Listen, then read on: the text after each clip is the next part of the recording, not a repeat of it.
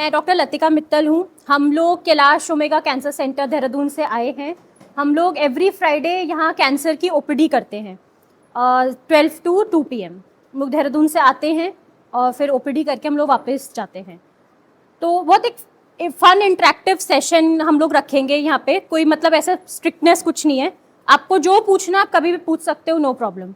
आप चाहते हो कि क्वेश्चन आंसर राउंड के फॉर्म में हम पूछें कैंसर के बारे में, या फिर आप चाहते हो कि मैं पहले बता दूं काफ़ी कुछ और फिर आप पूछो, जैसा आप चाहो वैसा पॉसिबल है। आप लोग क्या चाहते हो? पहले मैं बकवास कर लूँ फिर आप बोलो। आप लोग क्या चाहते हो कि कैसे करना है सेशन?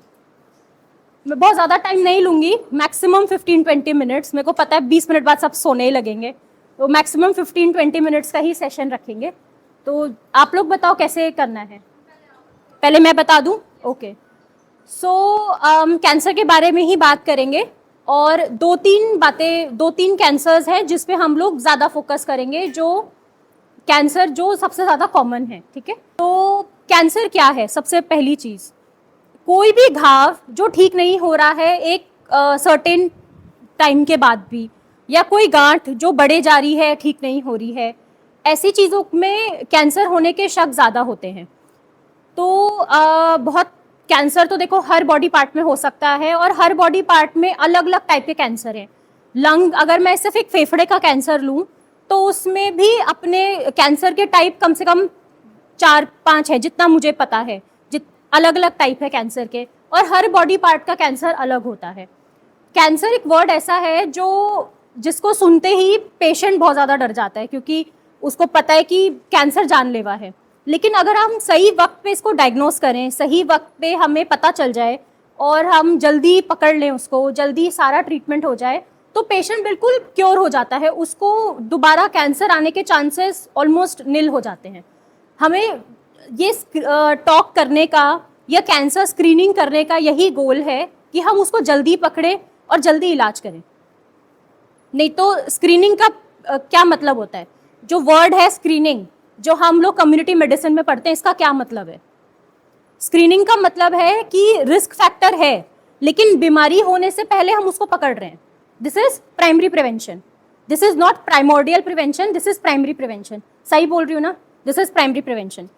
रिस्क फैक्टर है, सब में रिस्क फैक्टर है। किसी में जेनेटिक है, किसी में टोबैको की वजह से है, किसी में सिगरेट की वजह से है, क्रॉनिक इरिटेशन है उसकी वजह से है, रिस्क फैक्टर है। लेकिन हम बीमारी होने से पहले ही पकड़ रहे हैं। बीमारी होने से पहले का मतलब है पेशेंट को सिम्टम्स नहीं आ रहे हैं, पेशेंट को कोई साइन नहीं है, तब हमने पकड़ा है कि उसकी बॉडी में गांठ है या अल्सर है या कोई भी प्रॉब्लम है तब।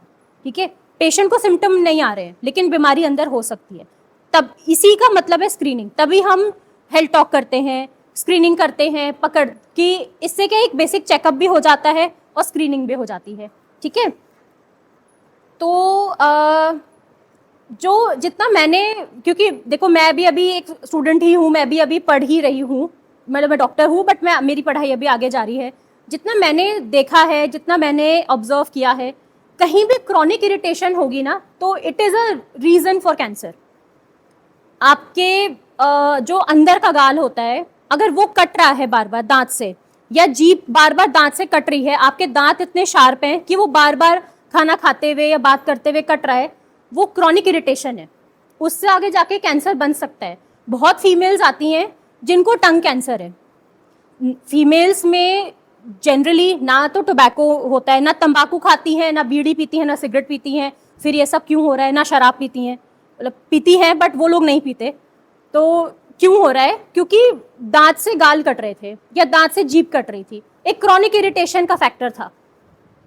आपको कहीं चोट लगी, कहीं, आज भी मैंने एक पेशेंट देखा है तो उसको कहीं कुछ साल पहले बर्न हुआ था, कहीं उसको बहुत ज़्यादा वो जला था उसको कहीं किसी एक बॉडी पार्ट में, तो वो बर्न हुआ और वो उसको छाला बन गया। फिर वो कभी ठीक ही नहीं हुआ। वो छाला क्रॉनिक इरिटेशन कर करके वो खुजाता था उसको बार बार, वो कुछ साल में कैंसर का रूप ले लिया। कहीं भी क्रॉनिक इरिटेशन होगी, it is a reason for cancer. ठीक है, ये बेसिक एक बहुत आम भाषा में एक लेमन टर्म में डेफिनेशन है, टेक्स्ट बुक डेफिनेशन मेरे को भी नहीं पता है। ठीक है, कैंसर के बहुत टाइप्स हैं। हर बॉडी पार्ट में अलग अलग तरीके का कैंसर होता है। मैं बहुत कम कैंसर्स फोकस करूंगी जो सबसे ज़्यादा कॉमन है, जैसे फीमेल्स में सर्वाइकल कैंसर, बच्चेदानी के मुंह का कैंसर और ब्रेस्ट कैंसर। और कैंसर्स भी होते हैं फीमेल में, बट ये दोनों सबसे ज़्यादा कॉमन है। और मेल्स में लंग कैंसर बहुत कॉमन है और ओरल कैंसर्स बहुत कॉमन है, क्योंकि मेल्स में स्मोकिंग, टोबैको बहुत कॉमनली रहता है। तो ये सब फैक्टर्स इन सब में बहुत कॉमन है। ठीक है, तो पहले फीमेल्स की बात करते हैं। आई होप अगर मैं फीमेल्स के कैंसर डिस्कस करूं तो किसी को प्रॉब्लम नहीं है, क्योंकि मैं प्राइवेट पार्ट्स डिस्कस करूंगी तो किसी को कोई प्रॉब्लम नहीं है। ठीक है, सबसे पहले बात करते हैं ब्रेस्ट कैंसर की। तो पहले ये एक मिथ होता था पहले कि जिसने ब्रेस्ट फीडिंग नहीं करी है उसको कैंसर हो रहा है, बट ऐसा कुछ पाया नहीं गया। जितना मैंने देखे हैं पेशेंट्स, ऐसा मुझे नहीं मिला कि ब्रेस्ट फीडिंग नहीं करी है तो कैंसर हो रहा है। फीमेल्स में ब्रेस्ट कैंसर सबसे पहले जेनेटिक है, आपकी पीढ़ी दर पीढ़ी चला आ रहा है। पहले के ज़माने में तो डायग्नोसिस ही नहीं होता था, किसी को पता ही नहीं चलता था कि कैंसर था, और कभी कोई सीटी वगैरह कुछ कराता ही नहीं था और ऐसी ही डेथ हो जाती थी पहले, तो किसी को पता ही नहीं चलता था कि क्या बीमारी है। उसके बाद अब क्योंकि इतना टेक्नोलॉजी बढ़ गई है, स्क्रीनिंग बढ़ गया है और बहुत प्रॉपरली लोग इन्वेस्टिगेट करा रहे हैं, तो उनको पता चल रहा है कि कैंसर है। तो कैंसर जेनेटिक कंपोनेंट भी है, आपकी फैमिलीज में रन करता है। जो आप ले रहे हो टोबैको, अल्कोहल या ये सब, इन सब से भी होता है, बट जेनेटिक कंपोनेंट भी है कैंसर का। क्योंकि काफ़ी पेशेंट्स आके बोलते हैं मैंने आज तक कोई सिगरेट नहीं पी, मैंने कोई शराब नहीं पी, मेरे को ऐसी कोई प्रॉब्लम नहीं है, मैं रेगुलर चेकअप कराता हूँ, मुझे क्यों कैंसर हुआ। मतलब वो आपके परिवार में रन कर रहा है, पहले कभी पता चला ही नहीं क्योंकि कभी टेस्ट ही नहीं हुआ इस सब चीज़ों का। ठीक है, तो बात करते हैं ब्रेस्ट कैंसर की। मैं बहुत क्लिनिकल बात करूंगी। ठीक है, मैं इन सब में नहीं जाऊंगी कि कैंसर कैसे पैदा होता है, कैंसर कैसे हुआ, क्या जेनेटिक म्यूटेशन था, ये सब चीज़ें सर के ऊपर है, मेरे को भी नहीं याद है। ठीक है, बहुत बेसिक क्लिनिकल सिनेरियोज पे बात करेंगे। ब्रेस्ट कैंसर में कोई भी फीमेल हो जिसको ब्रेस्ट में लंप है, ब्रेस्ट में गांठ है। ठीक है, लंप और ग्रोथ में फ़र्क होता है। लंप है ब्रेस्ट में, काफ़ी टाइम से है और अब उसको लग रहा है कि धीरे धीरे बढ़ रहा है। आजकल काफ़ी यंग फीमेल्स में भी लंप है ब्रेस्ट में, बट हर चीज़ कैंसर नहीं होती। लकीली आज भी हम ऐसी दुनिया में जी रहे हैं जहाँ हर चीज़ कैंसर नहीं है। तो मेरे को भी मतलब ये सब सोच के तसल्ली होती है, क्योंकि हम लोग ऐसे यूनिट में काम कर रहे हैं ना, कभी पेट दर्द होता है तो मेरे को भी कैंसर का डाउट आता है। तो हर चीज़ कैंसर नहीं है, ये चीज़ हमें हमेशा सोचनी है। कोई फीमेल है जिसको गांठ है ब्रेस्ट में, थोड़े टाइम से है, या अब वो धीरे धीरे बढ़ रही है, या ब्रेस्ट पे घाव है, बहुत सालों से है लेकिन उसका कुछ इलाज ही नहीं हुआ है, उसको इमीडिएटली डॉक्टर के पास जाना चाहिए। इमीडिएटली, ज़रूरी नहीं है कि आपको कैंसर डॉक्टर के पास जाना है, किसी भी डॉक्टर के पास जाके इमीडिएटली उसको दिखाएं कि क्या है। ठीक है, और ऐसा है कि निप्पल अंदर की तरफ चला गया है या निप्पल से दूध आ रहा है, जो ऐसी फीमेल्स में जो ब्रेस्ट फीड नहीं करा रही हैं, जो दूध नहीं पिला रही हैं, उनको दूध आ रहा है, या फिर निप्पल से खून आ रहा है। ये सब चीज़ें इवैल्यूएट एक बार होनी चाहिए। जब आप डॉक्टर के पास जाएंगे तो डॉक्टर बेसिकली आपको चेक करके अल्ट्रासाउंड, और अगर आप 40 साल से ऊपर हैं तो मैमोग्राफी कराएगा आपकी। अल्ट्रासाउंड उसने कराया, उसमें आया कि कैंसर के कुछ लक्षण हैं, तो उसमें आगे हम इमेजिंग करके उसका प्रॉपर ट्रीटमेंट करते हैं। अगर हम कैंसर को बहुत जल्दी स्टेज में पकड़ लें, स्टेज 1 या 2 में पकड़ लें, तो कैंसर आने के चांसेस बहुत कम हो जाते हैं, क्योंकि प्रॉपर ट्रीटमेंट लिया है और हमने बहुत अर्ली स्टेज में पकड़ा है, तो चांसेस बहुत कम हो जाएंगे कैंसर आने के। ये एक प्लस पॉइंट है कि हम तभी हम स्क्रीनिंग कर रहे हैं, यही एक वो है मुद्दा है स्क्रीनिंग करने का। मुंह का कैंसर, तो उसमें जनरली तो ऐसी फीमेल्स को होता है जिनके पीरियड्स वगैरह बंद हो गए हैं, जो 50 साल से ऊपर की हैं, जनरली होता है, लेकिन कम में भी हो सकता है। तो जैसे सिम्टम्स होते हैं कि पीरियड्स तो बंद हुए बहुत साल हो गए, लेकिन फिर से खून आ रहा है और बहुत ज़्यादा खुजली हो रही है, बहुत ज़्यादा पेन हो रहा है नीचे के पेट में, नीचे के हिस्से में, तो ऐसे में उनको डॉक्टर को दिखाना चाहिए। ठीक है, बच्चेदानी के मुंह का कैंसर बहुत कॉमन है फीमेल्स में, और बहुत सारे रिस्क फैक्टर्स हैं जिनकी वजह से ये हो सकता है, जैसे HPV वायरस, जो ह्यूमन पैपिलोमा वायरस होता है, उसकी वजह से। सिर्फ सर्वाइकल कैंसर के लिए हमारे पास वैक्सीनेशन है, 2 ब्रांड नेम्स हैं, एक सर्वरिक्स और एक गार्डासिल। मुझे नहीं पता है कि गवर्नमेंट है या प्राइवेट है, मुझे ये नहीं पता है, 2 वैक्सीनेशंस हैं। तो आइडियली वैक्सीनेशन सर्वरिक्स और गार्डासिल जो लगती है वो ऐसे उनमें लगनी चाहिए जिनकी शादी नहीं हुई है, ऐसी फीमेल्स में लगनी चाहिए। या फिर मैं बहुत प्रिसाइसली बोलूँ, जिन्होंने कभी सेक्सुअल इंटरकोर्स नहीं किया है, ऐसी फीमेल्स में लगनी चाहिए। लेकिन अब हम लोग सबको वैक्सीनेट कर देते हैं क्योंकि कैंसर होने का रिस्क सबको है। तो 2 वैक्सीन आती हैं, सर्वरिक्स और गार्डासिल। इसमें गार्डासिल बेटर ऑप्शन है क्योंकि उसमें चारों जो इट इज़ क्वाड्रीवैलेंट, चारों सर्वाइकल कैंसर के स्ट्रेन्स मौजूद हैं। तो सारी फीमेल्स को इररिस्पेक्टिव कि वो किस एज की हैं, शादी हुई है नहीं हुई है, बच्चे हुए हैं नहीं हुए हैं, सबको वैक्सीन लगनी चाहिए। 2 वैक्सीन लगती हैं 4 हफ्ते के गैप में, ठीक है। अगर मैं मेल कैंसर की बात करूं तो मेल कैंसर्स में लंग का कैंसर बहुत कॉमन है। लंग का कैंसर का मतलब है फेफड़े का कैंसर। किसी ऐसे आदमी को जो सिगरेट पी रहा है, तंबाकू खा रहा है, शराब पी रहा है बहुत ज़्यादा, क्रॉनिक कफ है, बहुत ज़्यादा बलगम बनता है और ठीक ही नहीं हो रहा है किसी भी चीज़ से, बलगम में खून आना, ये सब कैंसर होने के लक्षण हो सकते हैं। ये सब टीबी में भी मिलेंगे आपको, लेकिन ये कैंसर होने के लक्षण हो सकते हैं, ठीक है। और छाती में सडनली दर्द हो जाना, ये सब लक्षण लंग कैंसर की तरफ जा सकता है। मुंह के कैंसर में रिस्क फैक्टर सेम है, तंबाकू, क्योंकि क्रॉनिक इरिटेशन है। लोग क्या करते हैं, तंबाकू अंदर यहाँ रखते हैं तो बार बार उसी जगह को इरिटेट कर करके वो कैंसर बनाता है। स्मोकिंग, बीड़ी स्मोकिंग या सिगरेट स्मोकिंग, ये सब टबैको के ही टाइप हैं।